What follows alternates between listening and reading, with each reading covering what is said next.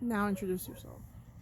My name is Ted Hinman. I'm a blacksmith, metalsmith, and I'm demonstrating a project that you could do in your living room with some basic tools. And this is the material that I use, and the aluminum. It's aluminum armature wire, 1/8 inch.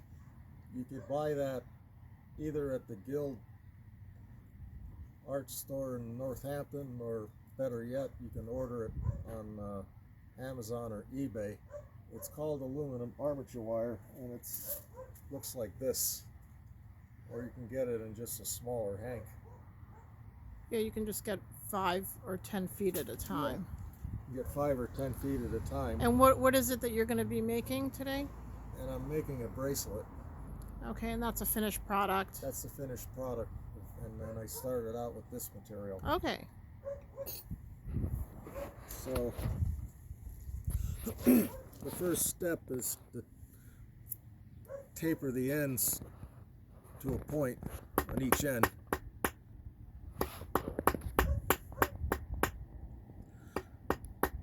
Sometimes you could take a grinder or sander and sand a point on it, but this is the old way, by hammering it to a point. And this is called a drawdown. I'm taking the metal and I'm drawing it down to a point. And then once I do that, then I have more or less a pencil point, and then I just hit it. And I'm extruding it to more of a gradual tail-like taper. And this would be called drawing out.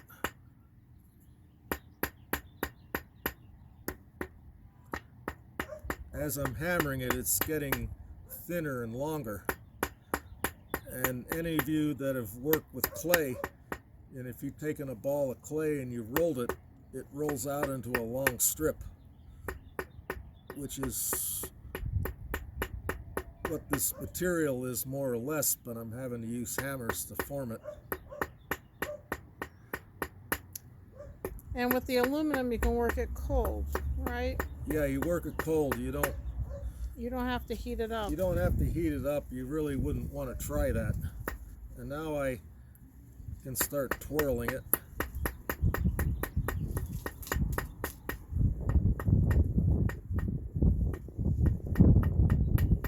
You're twirling it to make it round. Yeah, nice and round.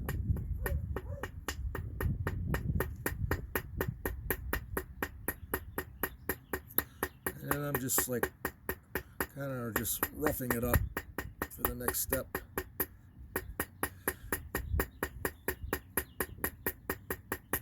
I mean, you can just leave it round like that and go with just the roundness of the aluminum, or you can texture it up if you want to make it look more natural.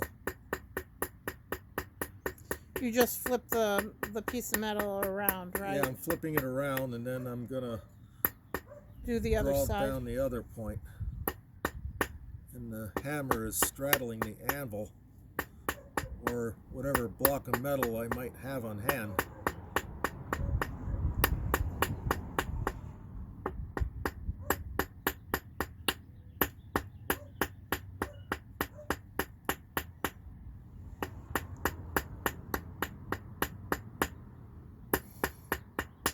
I call what I do metalsmithing because I work with other metals than steel, iron, or the like. I also work with copper, aluminum, and bronze, and brass. And all those metals can be forged if you have the right consistency. Thus, I call it metalsmithing, because I'm using more than one kind of metal. If I'm forging steel and iron, it's blacksmithing, and that refers to the black metal. And then smithing means to smite, which is hitting. It was smite, and then it was smythe, and then it became smith. So when you're hammering your metal, you're actually smithing it into shape. And now I am taking this and I'm doing the curlicue on the end, getting it started so it's like a nice scroll.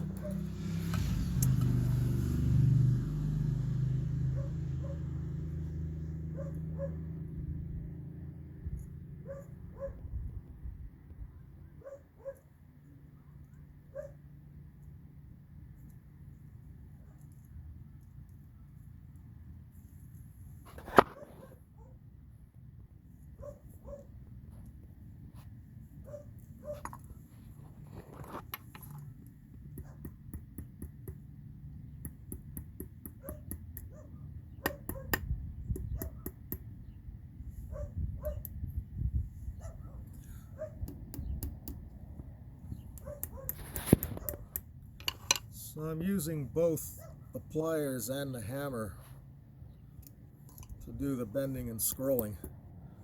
And you see a lot of these curlicues on ironworks, like on gates and fences or balconies.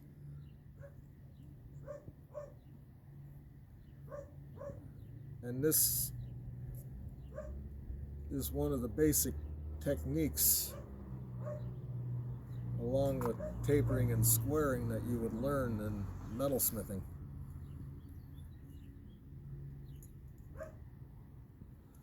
I mean, you can be as delicate as you want,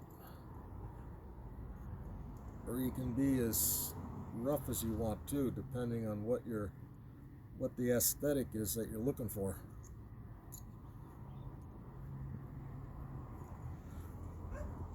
But it all comes down to technique. I think before you get really creative, it's good to learn the techniques, the materials, and process. And when you understand that, then your visions will become real. It could be like writing a poem. And now I'm just putting a twist on it. And once that's done, then So you're just adding some texture. yeah, like a vine, if you can see that. Yeah. And now the next step is to shape it.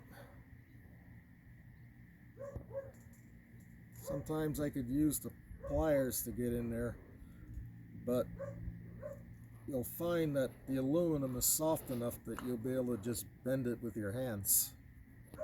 Yeah, and if somebody doesn't have an anvil, they could just either use a stone, a flat stone, or a flat piece of metal, like that vise. Yeah, vise, or if you use a stone, you want to get a smooth one. A smooth one in that it's big enough that you can somehow sink it into, like maybe like a slab of clay or sand, and it just holds it upright, and then you can work away on that. So this is the final shape, and then I can add that to my other bracelets. Nice. Beautiful. And that's the finished project.